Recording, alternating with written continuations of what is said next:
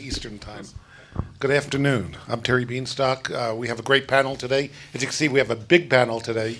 So, guys, sorry about that. We usually have people drop off because of business commitments and things, and everyone showed up. I guess that's a good thing. These panels, I've been doing them for a long time. For those of you who have been at my panels, you know that the best panels are the ones I do the least amount of work. And these panels are for you and for your questions. I already have talked to these guys. I know generally what they're going to say. So I really encourage everyone to raise your hand, get my attention, and ask anything you want to ask. Yes, sir. See? You.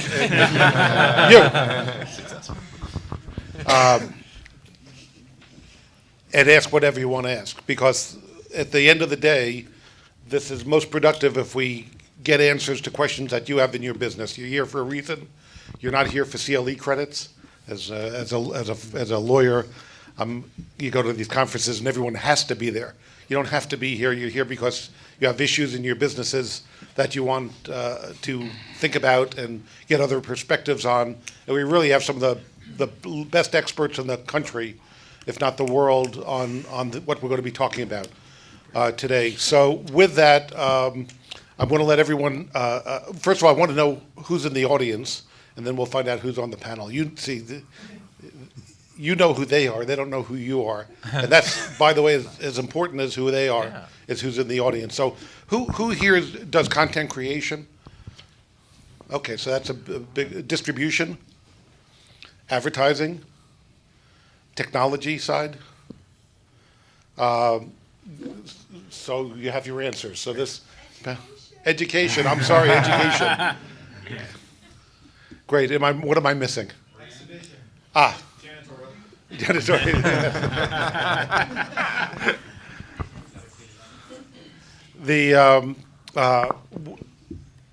I don't let anyone do PowerPoint presentations for a reason, because they're boring.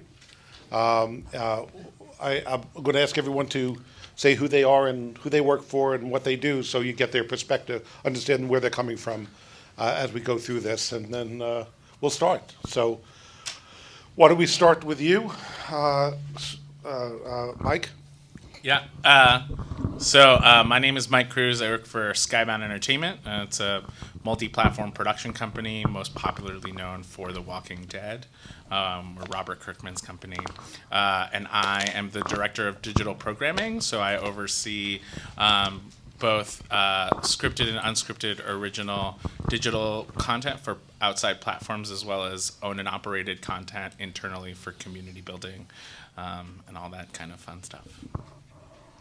I'm Alan Canestraro. I have a product called Rio that's launching next week, and it's a short-form video platform. The idea is we curate all the best content that's out there, and we personalize it into a single stream. I have a deep background in product from Facebook and Apple.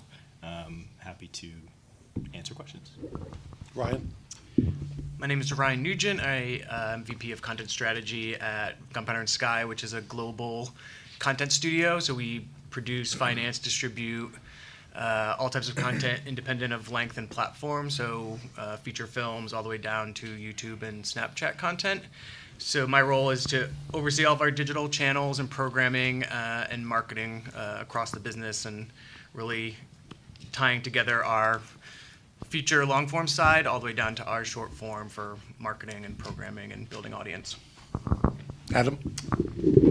Hey guys, I'm sharing microphones this time. I'm Adam Duritza. I work with Yahoo. I'm head of video and distribution partnerships at Yahoo. So I lead all of our partnerships for entertainment and video content across all of our properties, as well as lead our off-network distribution partnerships, which basically means for the content that Yahoo itself creates, I lead the distribution of that content onto other platforms like YouTube, Facebook, or other distribution platforms. So yeah, excited to be here. Harry?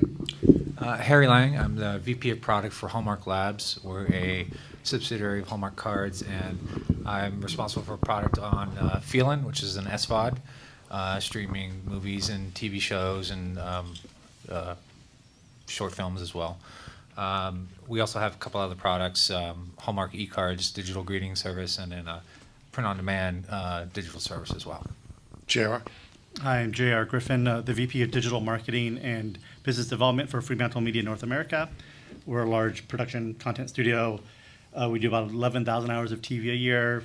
Some of our shows are Got Talent around the world, America's Got Talent, American Idol, Match Game, To Tell the Truth, scripted shows like American Gods on Stars, do a bunch of game shows and competition shows. And I oversee digital initiatives within those shows when they're on broadcast and what we can do in the digital space and with other platforms for our IP. Arthur? Hi, my name is Arthur Wang. I'm the Chief Marketing Officer for Super Deluxe. We're a division of Turner Entertainment, and we're a next-generation omni-platform entertainment company. The way I like to think about it is we're there to help Turner future-proof its business as much as possible by going after a younger generation. So our target audience is someone 14 to 34, and we've been around for a little over a year now, and hopefully you see our content across various platforms and screens and displays. And the general thought is we want to be wherever our audience is. So we're experts at making ephemeral content to TV quality content, highly serialized. It's just whatever that younger audience is consuming, we want to be there. And I'm Terry Beanstock. I'm a former Executive Vice President, General Counsel of Comcast. After I left, I went into I started a mobile marketing company, which got sold to Carl Icahn. And then I've been in digital media and content creation with David Zucker Productions since then, and thank you for all coming. I'm thinking where we should start. I know, I like to start with myself. I have in my home iPads, smartphones, computers, Xbox, a home theater system, Control4 system, e-readers, and I'm sure I'm not even thinking of Echoes, voice-activated, internet-connected devices, with the incredible plethora of in-home and portable devices that people have in their possession in their homes today. How do you guys navigate the world of how to reach consumers and in a seamless fashion for let me start with content and then talk about some other aspects of this complexity and how we deal with it. Why don't we start on the content side? How you deal with on the content side when there are so many ways that can either get your content or can't get your content, but are used almost interchangeably by the consumer. Mike, you want to start on that? Sure. I mean, it kind of depends for us. It kind of depends on the IP and like the nature of the content that we're talking about, right? So if it's for us, there's the side of content that's community building and tends to be sort of very fan oriented, very fan driven, and very much about back and forth communication. And that's kind of that policy for us tends to be like, let it live everywhere. So that if you want to watch it on your TV or your phone or your tablet or listen to it on your Echo or do all of them at the same time while overstimulating your brain until it explodes, then do it. Great. Like, awesome. If it's about, telling a specific story with a partner that's a distribution partner, then that has its own rules and systems. But how do we then bridge the storytelling and the time between episodes or between seasons, and how do we keep the audience, if the audience demands engagement all of the time, how do we create content that can still live everywhere even if one specific product of that world can't? That's kind of my answer. Yeah, I can jump in. So, Gunpowder and Sky has the luxury of being launched in the last year, so we very consciously designed the company and are focused on being platform agnostic. And so very much as Mike said, part of my role is with each project, we look at it and we say, which platform should this be on and how does it need to be there? And even on something as like a theatrical release, we think about, what social channels do we need to be? Do we really need to do Twitter for this film, or should we just go all in on Instagram? So we've structured our business, and for each kind of creative project, that's the open question, is where should this live to best meet the audience that it's designed for? And then down to like the production level, shooting things so that it'll appear as a 1-by-1 ratio on Facebook versus if we think it's going to Snapchat. So those kind of decisions trickle down to how something's written, how it's shot, at the beginning of the production schedule. JR? Yeah, we're the production company, so if you ask me, when our content isn't on TV, it's when it's most important for us to keep telling that story. So midweek, you watch America's Got Talent on a Tuesday night. The rest of the week is really important to me about what's that conversation on social, what other content are we putting out, and then when it's off season, what are we telling about that? Luckily, with competition shows, we're auditioning and casting for the next season, so there's a story to tell, or the talent from those shows are doing something else. Some other things present a challenge, game shows present a challenge, but you can do different kind of game show play on social and other shorter content. We have a show called The Great Christmas Light Fight, which is on ABC, which is a house decorating competition show. And we found content to put on social in July because there are hardcore home decorating people who want to decorate their house for the holiday. So you find the right content for the right time. And for us, we just try to tell it all year long. Arthur? Yeah, I mean, for us, we're a creative first company, but audience is obviously very important. So understanding their consumption and what they expect from these various platforms is something that's top of mind for us. So the way we think about it is then we've got experts for each of these various platforms. So someone dedicated to really understanding ephemeral content, what that needs to do. Live interactive videos, that's a different function. Longer form videos, we really have expertise for each because they're all quite different. So creatively, they understand the mechanics and what that audience is expecting when they're on those environments. Then on the distribution side, we have the same kind of expertise because each of these things are changing quite a bit. So knowing how to make sure you maximize the likelihood of that piece of content becoming a hit. And that's a little bit where you've got to understand the mechanics that the platforms care about. So whether that be sharing, watch time, engagements, we have expertise across all that. And it's hard because these things are changing all the time. There's new platforms all the time as well, and everyone's got their own initiative. But we have expertise and the ability to, we launched with the mission of going really big. So we can never say we don't have resources being a part of Turner. So we have the luxury of having experts for each of these things. A good example for us is when Facebook Live went out last year. When they announced it at F8 and made a big deal out of it, we immediately came back and started cranking out videos. And we like to believe we're one of the leaders in that space now. And that just speaks to knowing you got to dedicate resources to it and really focus on it. And the learning for me has been, if you're not a first mover, it's very expensive in some sense to catch up later. Like if you analyze YouTube and Twitter and these platforms today, the guys that were there early are still kind of dominating. It's hard to break through. So my thought is if you miss it, it's so expensive to catch up. You got to jump in and really kind of embrace it and go pretty big from the get-go. Well, Adam, that last comment leaves me to you. Why? Because we were there first. You were there first, literally. As the oldest internet company. But also, I mean, you're on every one of the platforms I just mentioned in some way. You're Yeah. accessible. Yeah. How do you deal with the fact that you're on all these platforms? How do you get people to engage? How do you get them to, if they're on one platform and move to another, how do you get them to move to you? Yeah. Yeah, it's a really good question because of the fact that Yahoo plays this dual role of being like a platform as well, where we want people to come to us first and come to our apps first as opposed to coming to Facebook first. We want to be that starting off point for a lot of people. But we're also a content creator. And I think I would say if you talked to us a couple years ago, we would have said, all right, well, we're going to create content that's going to make Yahoo kind of just the best, most, immersive, in kind of great experience possible, and we don't want to distribute our content out to platforms like Facebook and YouTube and all that kind of thing. But what we realized is that you really do have to go to where the audience is, even if it means it's not ideal for you in terms of look, you're playing in someone else's garden, you're having to play by their rules in terms of monetization and all that kind of thing. We had probably have 6 billion views on Facebook this year, but in terms of actual monetization of that, it's very, very challenging, right?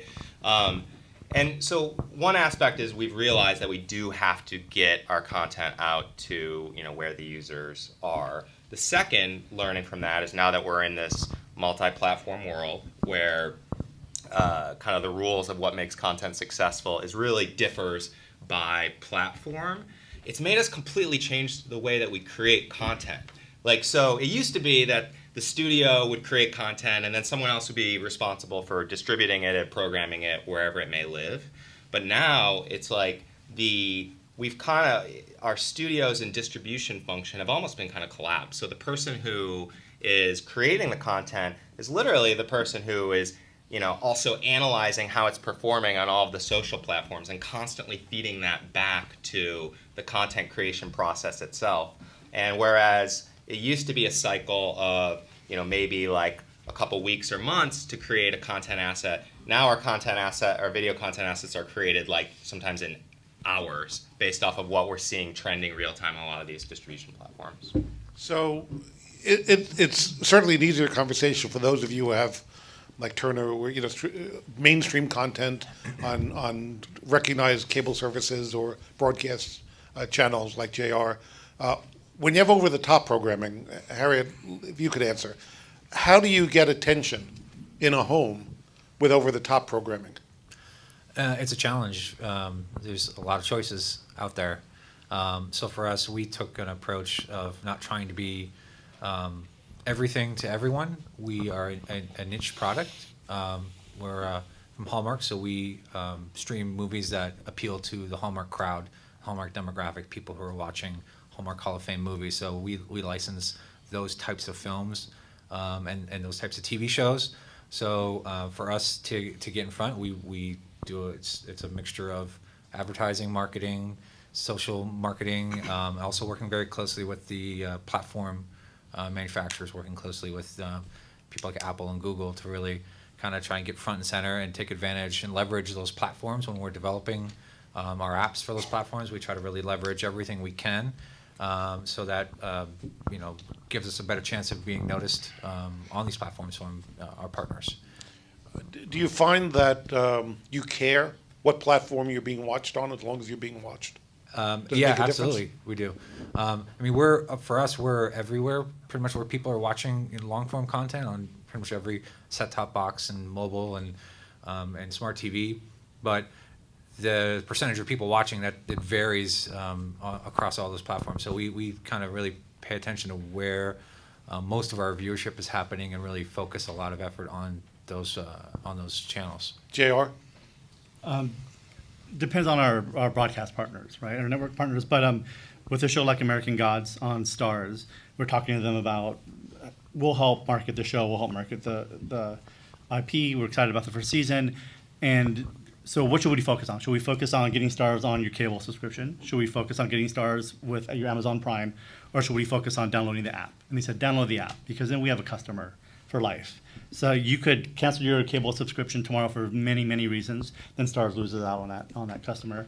Maybe Amazon Prime, maybe the same thing. But if you get that app and you want to pay the couple bucks a month for it, then they future-proofed their business. So that's what you got to do. You got to get a customer in a niche market as well works, because at the highest level, all HBO has to do is put on probably 6 shows a year that I want to watch, and I'll pay my whatever amount to have it all year long. So if you can do that and get someone to pay $7 to $15, they'll do it if it's the right programming for them. Anyone else want to talk about Arthur? I just have to say real quick, you mentioned that we're mainstream. I'm not sure how many people here are aware of Super Deluxe. I would get killed by the creatives at our company if we're considered mainstream. So check us out. We're going after a younger audience, so you expect us to Okay, I'm definitely sorry. not be mainstream.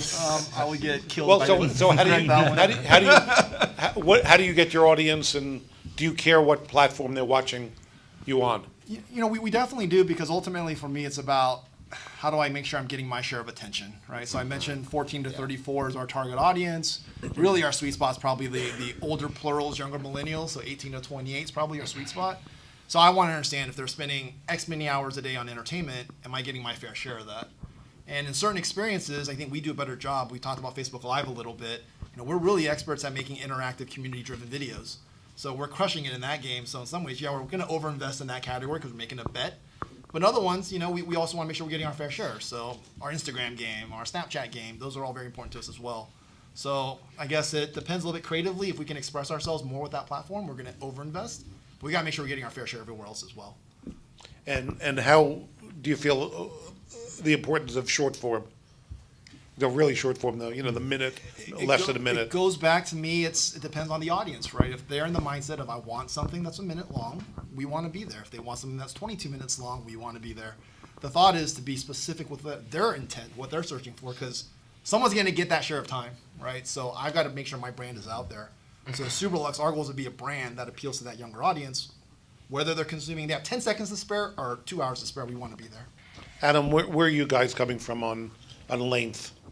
On, what the optimal length is? Yeah, it's a great question. We because we've experimented with multiple types of length over the last few years and kind of gotten burned a couple different ways.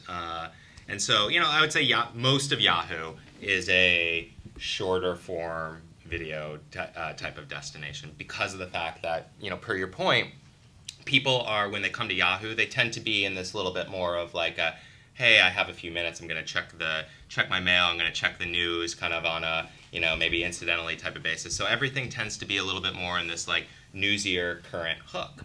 A few years ago, we tried doing these big long form original shows. So we licensed season 6 of Community. We made a big thing of that. We did some of our own originals. And we blasted it up just on the Yahoo front page where people are kind of in this mode of like, checking their mail and reading their news and all that kind of thing. And it doesn't work if you try to force fit a kind of solution to what is a very specific consumer job that you're trying to solve. Now, that being said, since then we've launched a destination called Yahoo View, which we launched off of Hulu shutting down their subscription service, or their, no, they didn't shut down their, I was like, oh my God, news break, guys! Everyone on Twitter now. Hulu is shutting down their Too late, free it's already out service, there. moving it all over to Yahoo, and then that gives us a whole critical mass of content in one destination where you're getting those users who specifically come for more of that kind of lean back, scripted, episodic type of environment.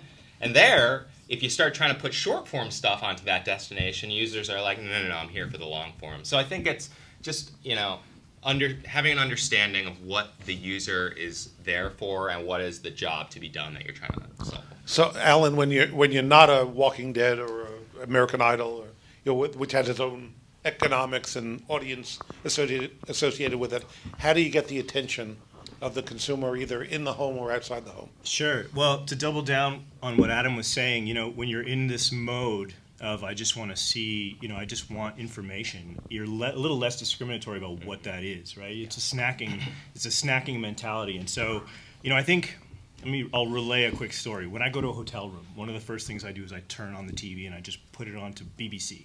Why BBC? I think BBC's got pretty good news, but really what I've done is I've associated a brand with the type of knowledge or information that I'm trying to get. And it's the quickest way for me to get that. I just go to BBC and I know I'm going to get something good. And I think in a world of snacking, we have these brand affiliations to solve that problem. But really, we're not necessarily looking for a specific piece of content, right? It's not like I'm going to watch Walking Dead. I'm looking for, to satisfy a sentiment.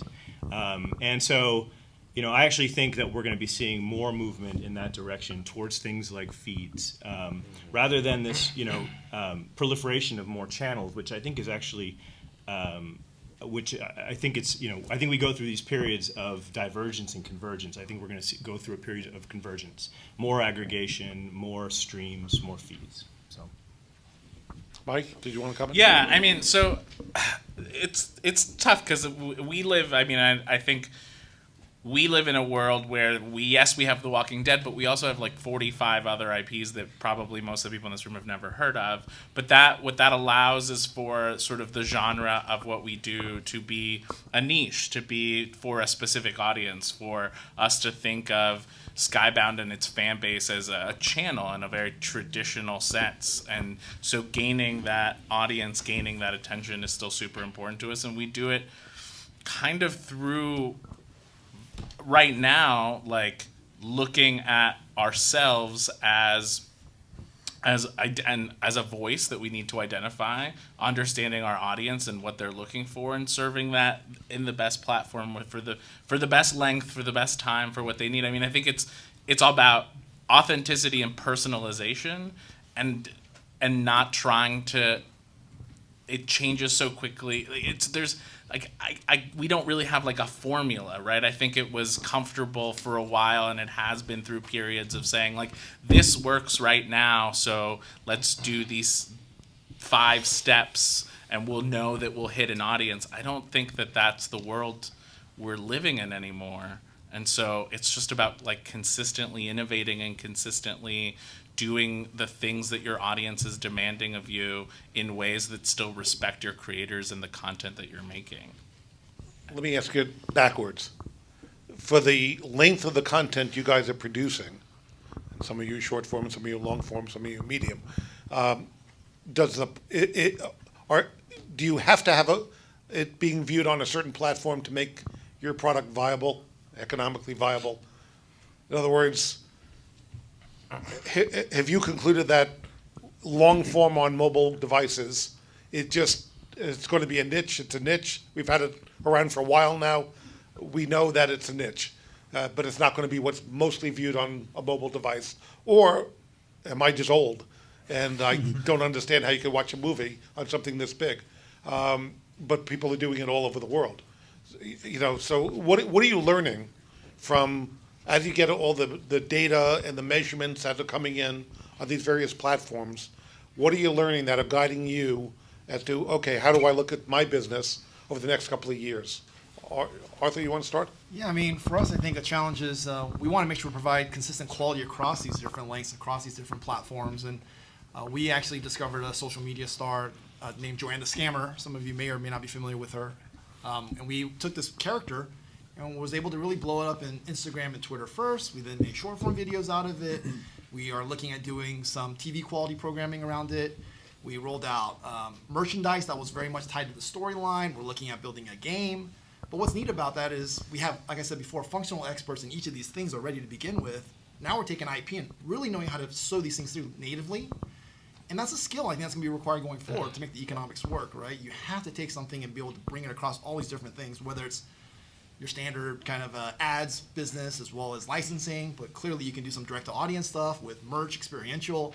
But these are all things that I think you're going to have at your disposal to be able to make this thing work, because it's no longer, you can't just survive on just one or the other, I guess is my thing. So if you're truly omni-platform, you got to figure out a way to then monetize in some way across those platforms as well. Alan? Sure. I mean, I'm very bullish on short form on TV. I think the reason why we don't see that behavior right now is we just never had it, right? I mean, yes, you all have the YouTube app on your smart TV, but probably many of you never launch it.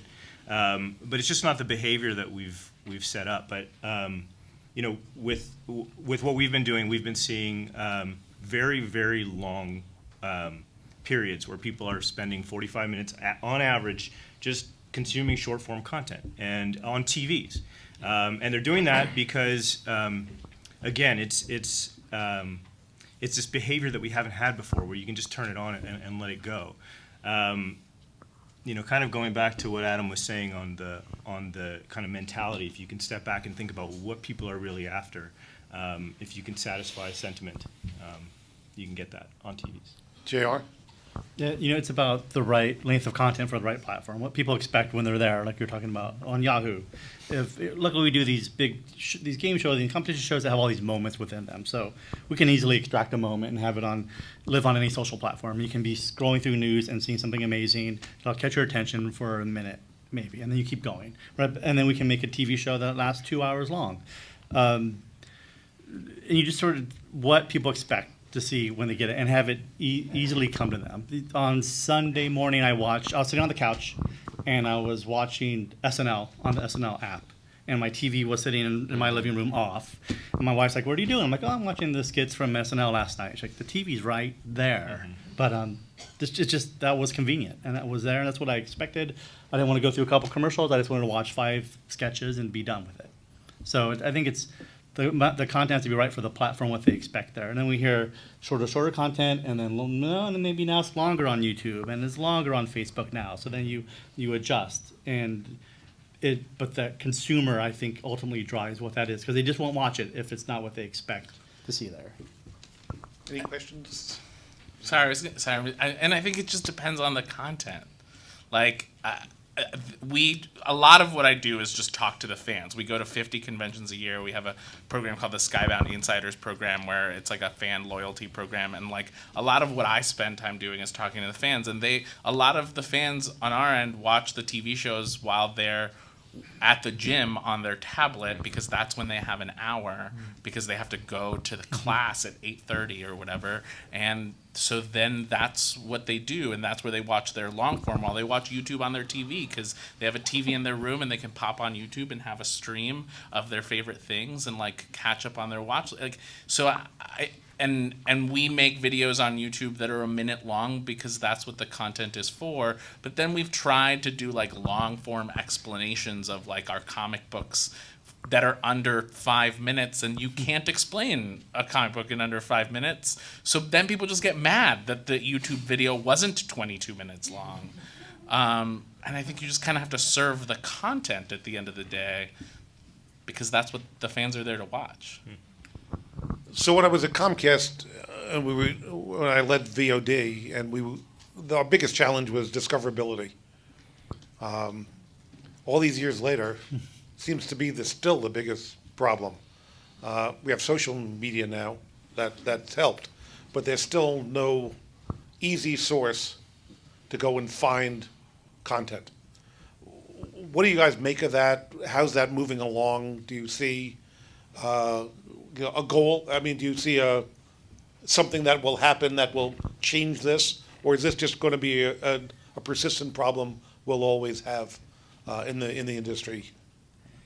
Yeah, I think about this a lot, and I think this is actually to Alan's point about there are always a role for aggregators who can provide that curation and discovery in a smart way that solves what that user's challenges at a given time. And it's especially a problem now because in the last 5 to 10 years, there's been an utter explosion of content, both in terms of content formats and just the sheer volume of content, because all of a sudden now content is a lot cheaper to consume, and there's a lot of value in being a direct-to-consumer platform. So now all of a sudden you have all of these direct-to-consumer platforms who want to own a relationship with you, like Netflix and Hulu and Amazon and YouTube and Facebook and Snapchat and all of these guys. Creates a huge discovery problem. Like if I'm coming, it used to be like 30 years ago, if I wanted to just watch video, I'd just turn on my TV, I'd start flipping channels, I'd find something. It'd be pretty easy, relatively speaking. I had maybe 2% of the content options available now. Now, like when you want to figure out something to watch, like it's actually, think about it. Like, it's really, a lot of times, very challenging. You have to hunt and pack across, like, oh, is this on Netflix? Is this on Hulu? I'm going to go use, like, the TV remote control and navigate all the different apps and try to find something. Maybe I'll Google it or Yahoo it, of course. I assume you guys are all, primary Yahoo people here. So I think, to your point, curation and discovery is a huge challenge in the space right now. If someone can figure that out in a way that can span across these multiple content formats and content providers, I think there's a huge gold mine for that platform. Ryan, did you want to talk?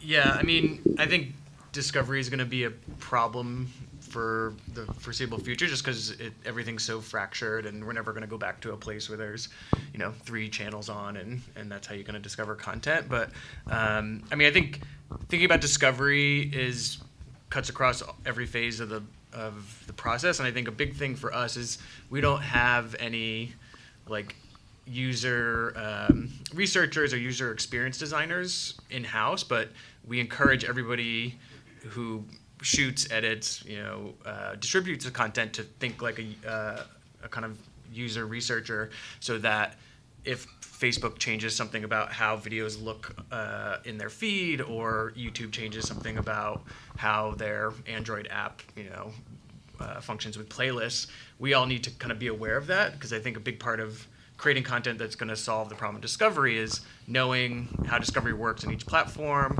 What are these platforms optimized for? I think Michael said that each platform you need to know, all right, when we are developing content for Facebook, we can have a great piece of content, but a big question we ask is why would anyone share this? Because we know sharing is going to be critical to it being discovered, and if we can't answer that question, even if it's a great idea, if it's going to be on Facebook, we have to kind of revisit it. So I think it's everybody kind of developing, and I've kind of educated myself and read all the different schools of thought of like user experience and user design, even though I don't do that, but I think it's critical for me to be aware of like how those things work and how these different products are thinking about it.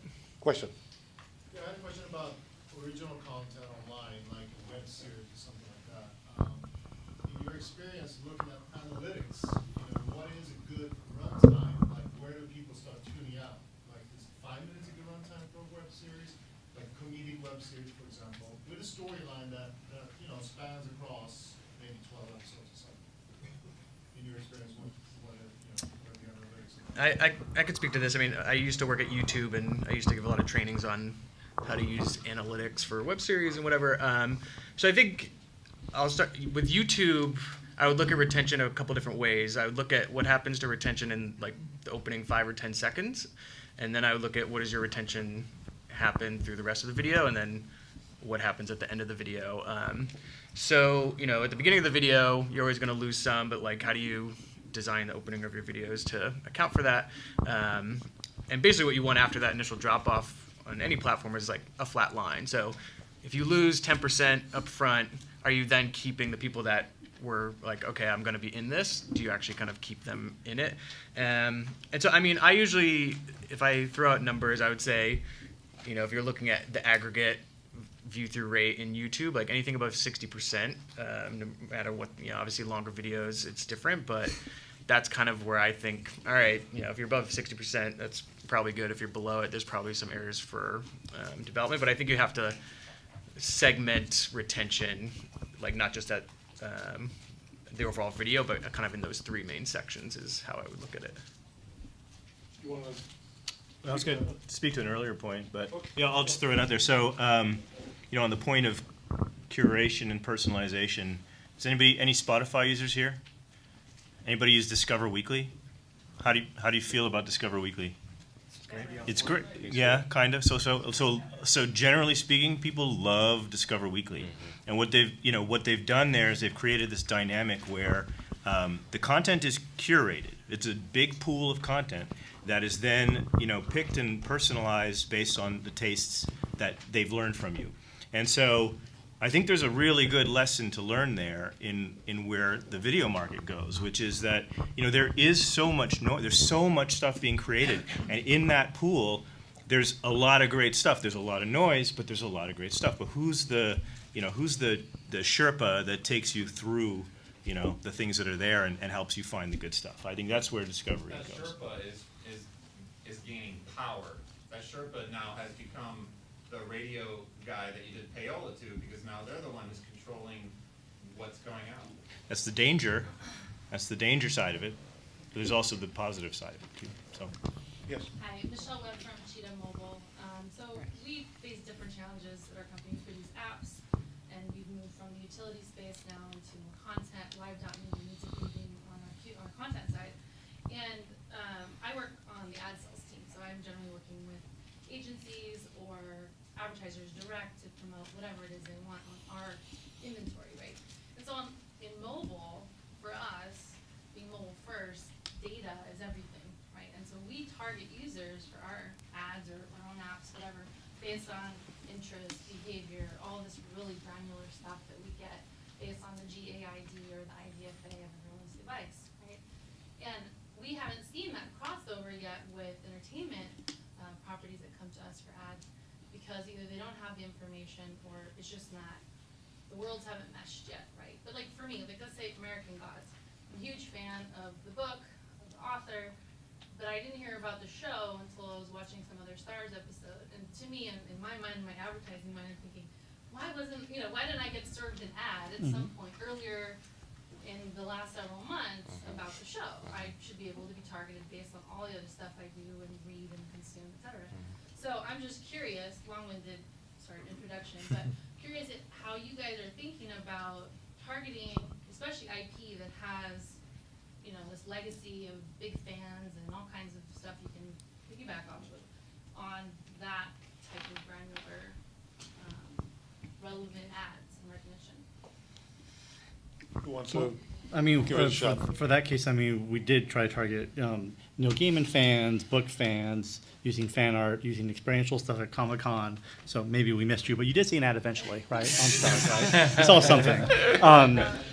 But I think the content creators, some of these larger entertainment companies have to understand that data a little bit, right? Because maybe it was a little easier for them back in the day, and they didn't have to try so hard, and a smaller company has to try harder to get noticed and reach a fan and claim a fan. So I think there's maybe a more advanced in some of these companies that are doing that smarter than some other companies are.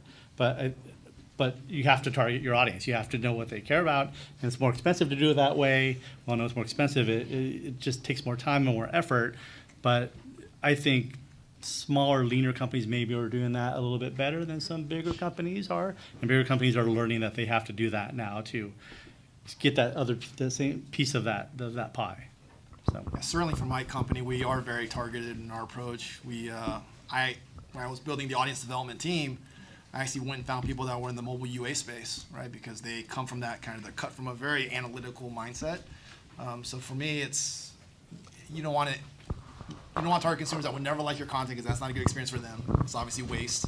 But also I think it's important you want to really hone in. So for us, we always went after finding people that are not traditional tentpole marketing and your standard you flight something and you see what happens a month later. Really much more of a real time, always on activity. So very different for what we do. Mike?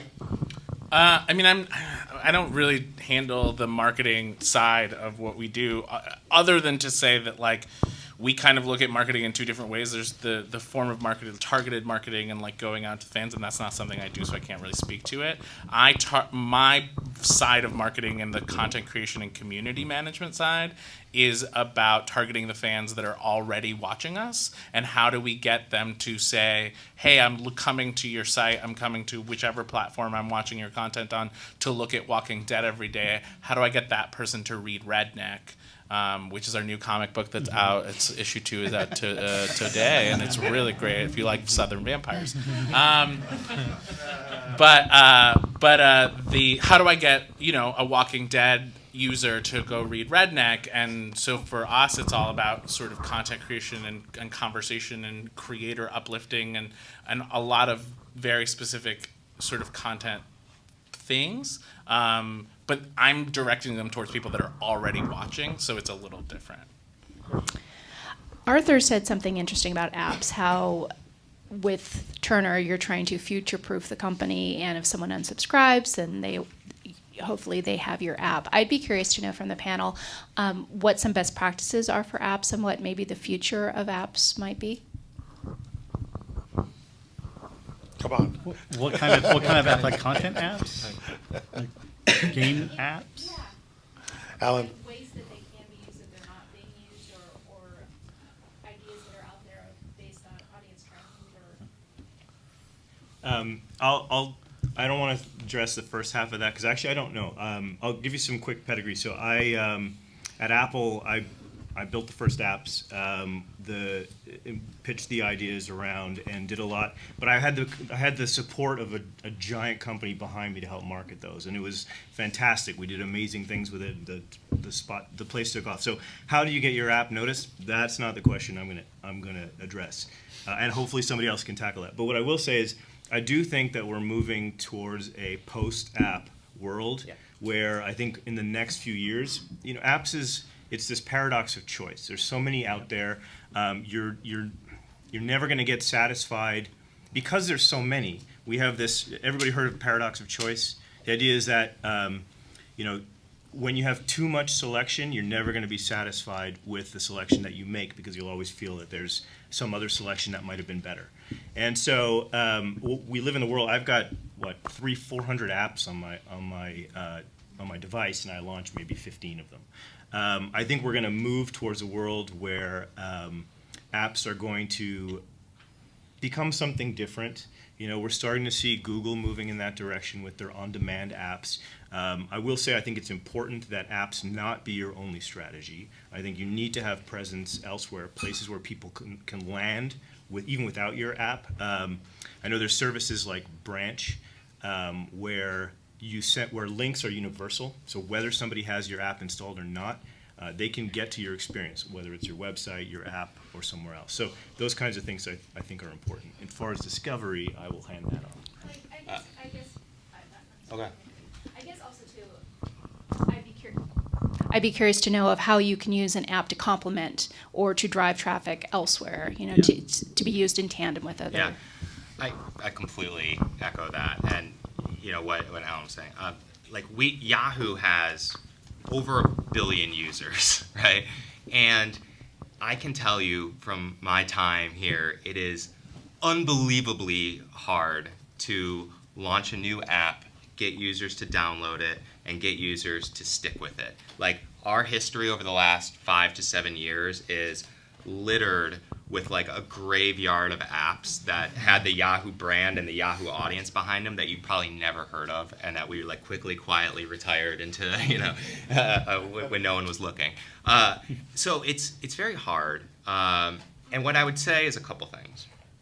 One is, I think apps tend to have a home for like very specific use cases and specific, you know, jobs. And typically, if you're creating content, it's very difficult to aggregate enough content that someone's going to want to actually, you know, go specifically into your app and just spend all of their time in that app. It's really good for you know, if you're a content brand, it's great, you know, potentially for like your super fans, like your super engaged people that you might be able to get to engage in like merch and all sorts of other like community aspects of like, you know, if someone is really big on a YouTube star. I know there's a company called Victorious out there that just started churning out apps on behalf of YouTube stars and all that kind of thing. It's a cool model, but you just like, you know, the people need to be super committed to even thumb over 3 pages and click into an app. It's a huge request from a user, and I know that sounds nuts, but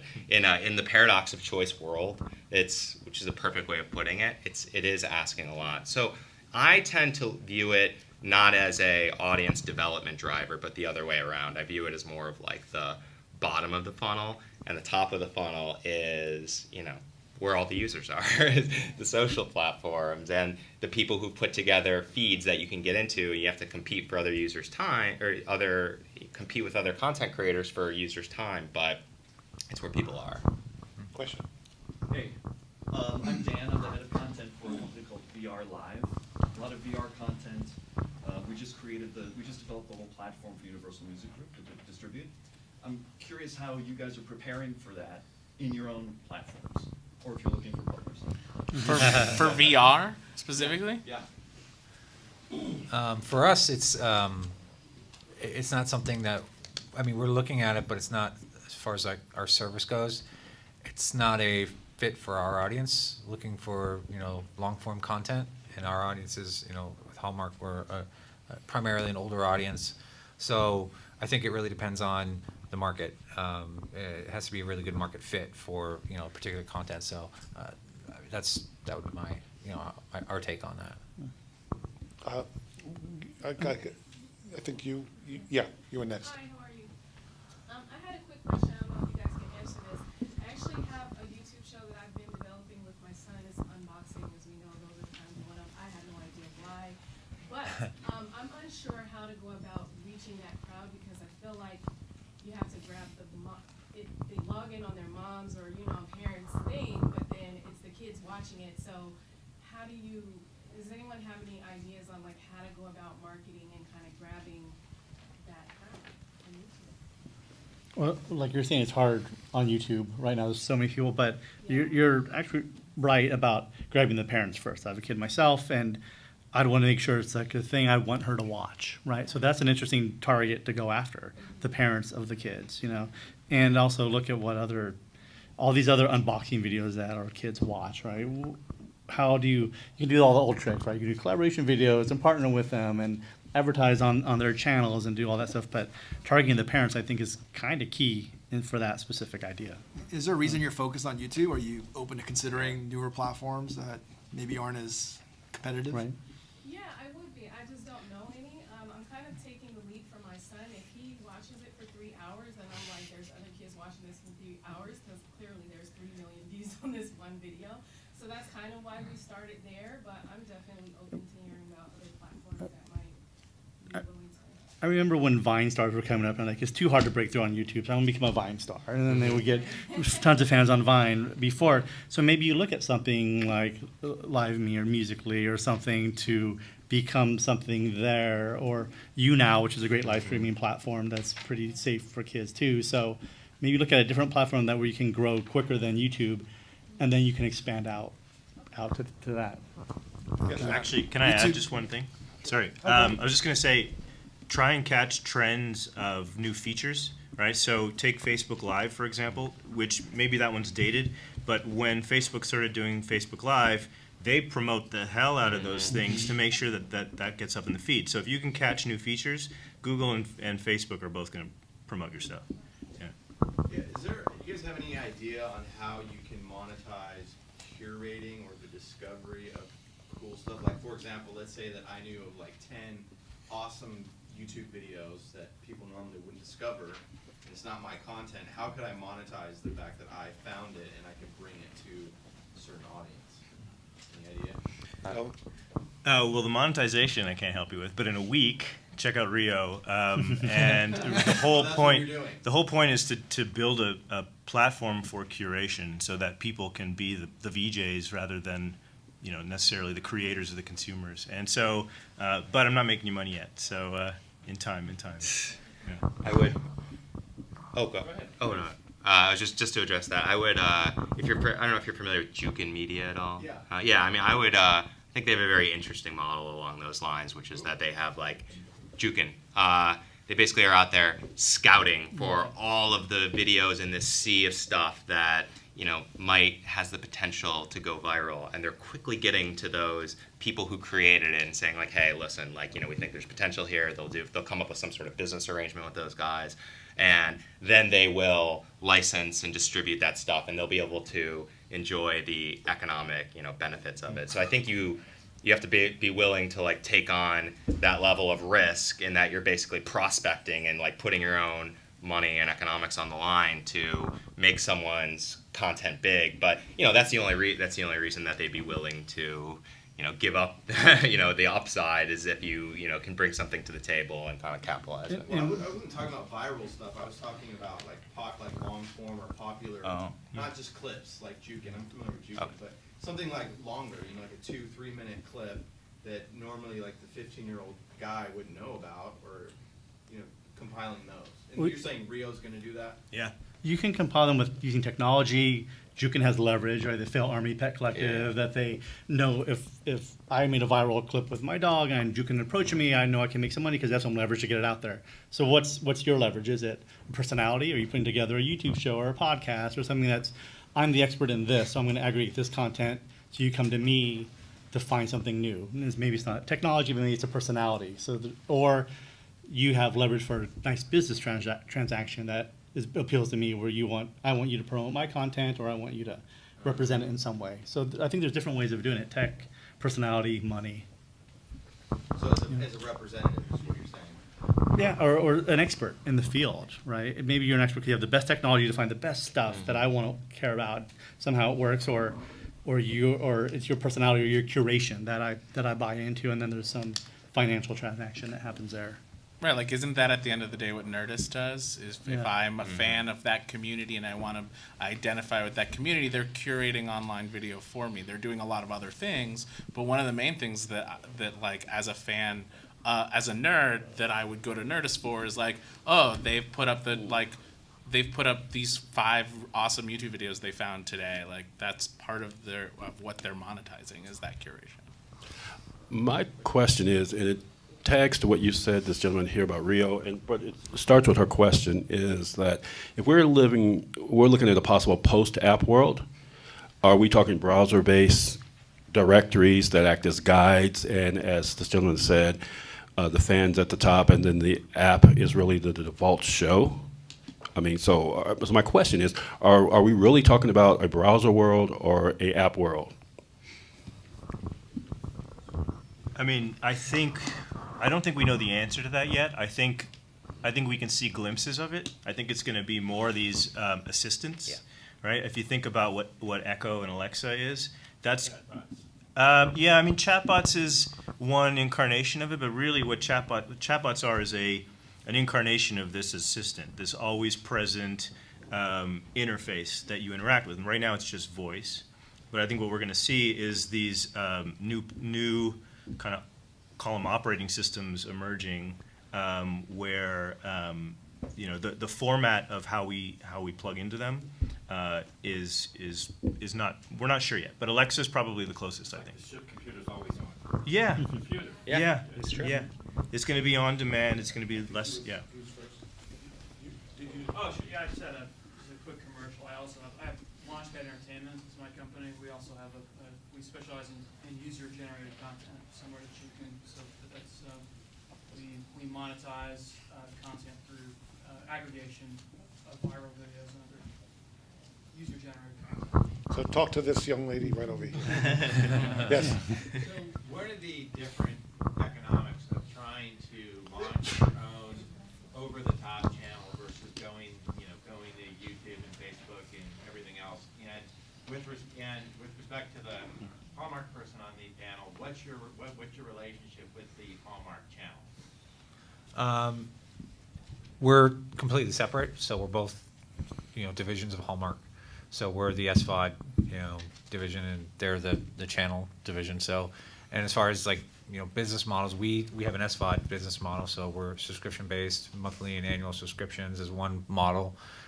You have AVOD, advertising based. You have transactional based. So multiple ways of monetizing, over the top. That you could go down. We have chosen the subscription model, and it works pretty well for us. It's a for our audience, it's a better model than say advertising might be as a pure niche SVOD. Well, I think okay. Yes. Hi, great panel. So Facebook is launching their TV app. They just pushed back their original content slate. But I'm curious what the panel thinks about the distinction between Facebook and YouTube, where YouTube was supposed to have Google Plus as a social layer going across all of their content to solve the discovery problem that people have been talking about this whole panel. That still doesn't really exist, where, you mentioned Nerdist or other websites curating YouTube videos. Like that seems like that's still largely how people are finding a lot of this content.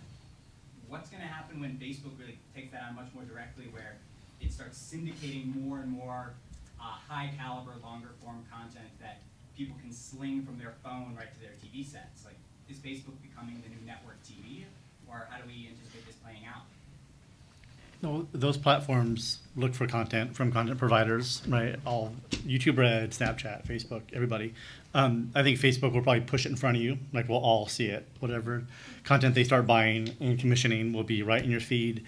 And to the point of embracing the new feature first, the first people that are there that get those commissions, their shows will be in front of all of you, right, on your Facebook feed. And it'll be interesting. I'm calling them a new network. I think it's just another platform, just like every standalone over-the-top app, every sort of niche thing, every basic cable network, every diginet. It's just another place where you're going to find content and think, oh, should I be watching this? I'm missing out on this. I'm not seeing this. I'm going to watch something on Hulu instead.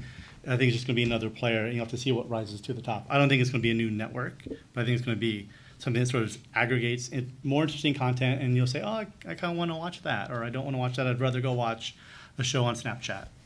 I don't know. Well, what excites us about Facebook is a lot of the interactivity as well. I mentioned we did a lot of live videos, and we have our own version of a telenovela, where it's very much a choose your own story.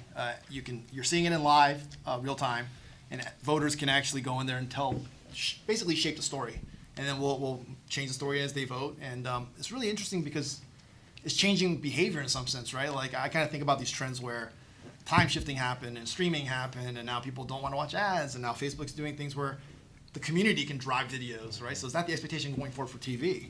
So we're really excited about being maybe at the forefront of what that becomes, where it's a pain in the butt to script out these things and have all these different narratives, but it's a lot of fun too, where people can jump in there and actually drive the story, right? These community-driven videos are really exciting to us. YouTube is great, but it feels like YouTube hasn't innovated as much as Facebook, to be honest with you guys. I mean, I feel like I think now they're making their bet on just trying to get more network television, right? It's a little interesting to see how that unfolds.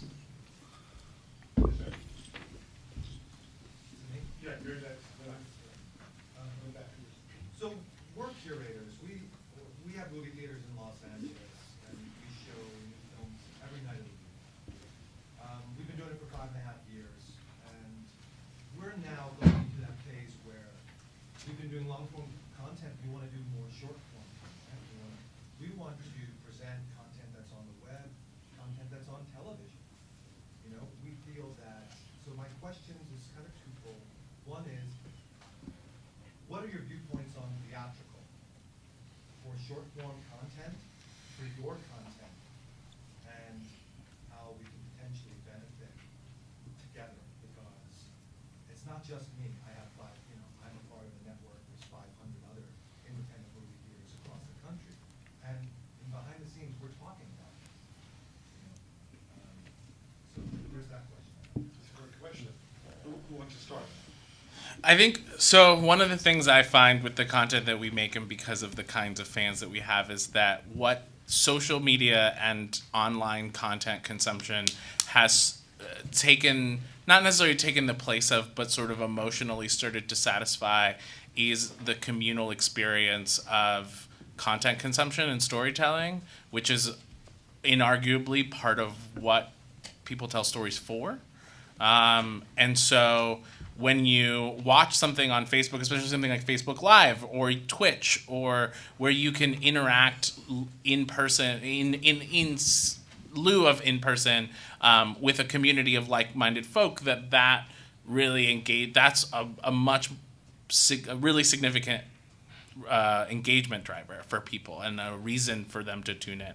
So I don't know that I have any kind of solution to what you're trying to do, but to me, if you were going to do that, the thing that would drive me to a movie theater to go watch the stuff that I watch on the internet is the ability to engage in person with the community of fellow like-minded fans that are also watching that content, that I don't get to necessarily do in my workplace or in my school, because I don't know that those people are watching the same thing I am. Unlike television, where people are very vocal about what they're watching, because the online, the social aspect of online watching kind of satisfies that's less prevalent. And so it worked really well for rising YouTube stars at the height of YouTube.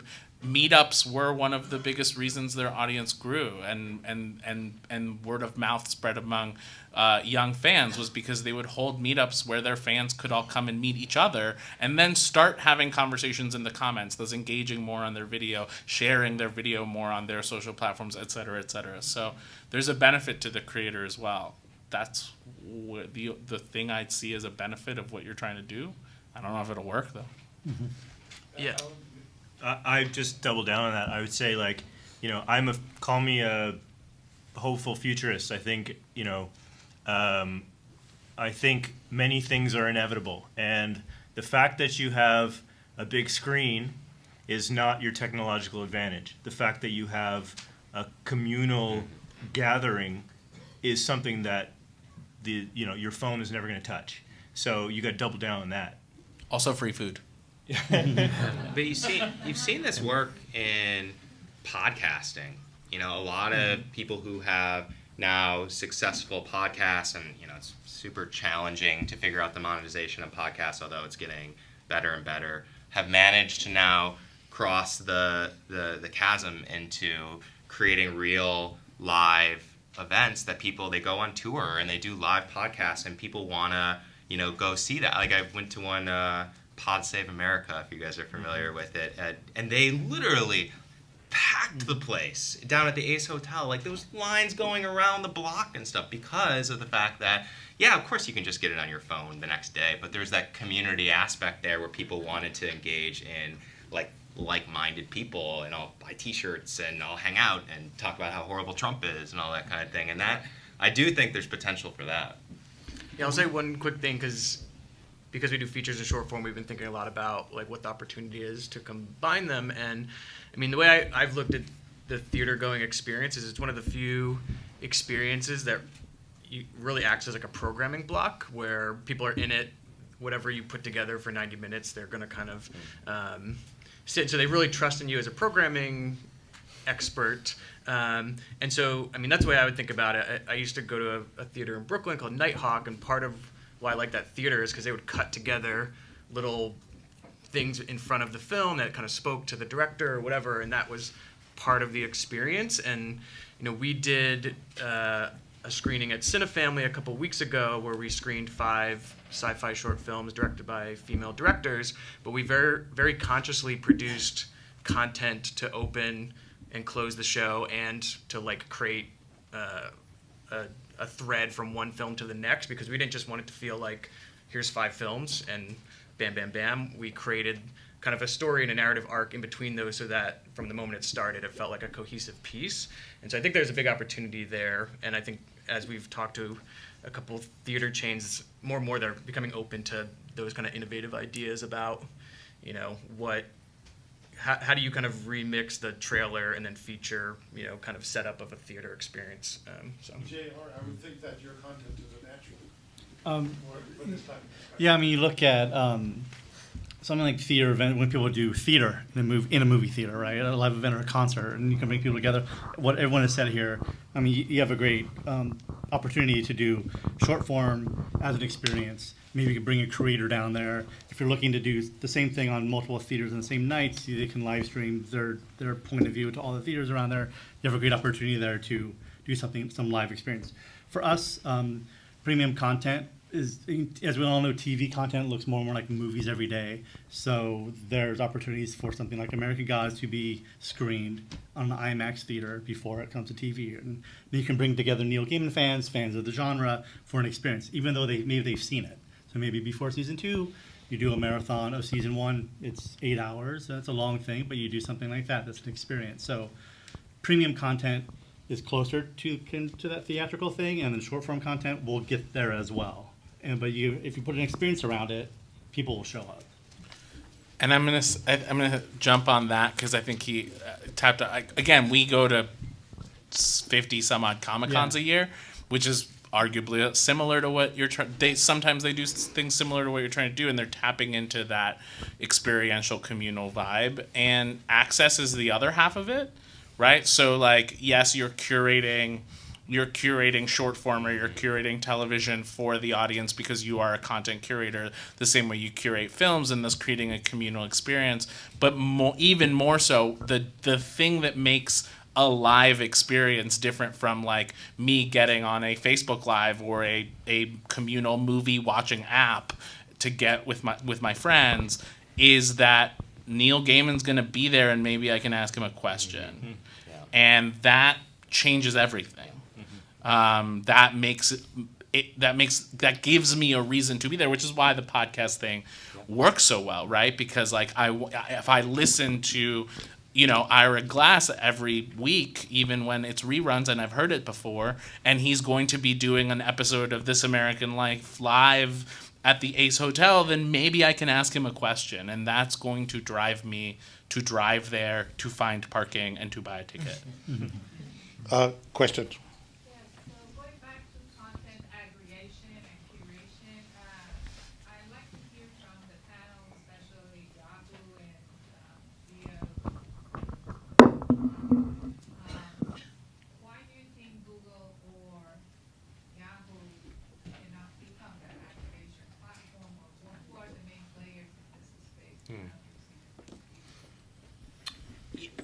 So I guess what I would say is that even though you kind of look at, big, huge players like Google and Yahoo, and you're like, oh, well, you have all the users, why can't you just, find a way to, curate content in a smart way, is that even for the largest companies in the world, like, there's still users that are really coming for kind of very specific use cases. Like, so Google, like, it's very search intent based. Like, it's very hard for Google to do anything for you unless they have the actual intent. You have to tell it kind of, what it is that you want. And even YouTube, it's like, it's challenging for YouTube to kind of, put new stuff in front of users. Yahoo is more of a news-oriented type of environment.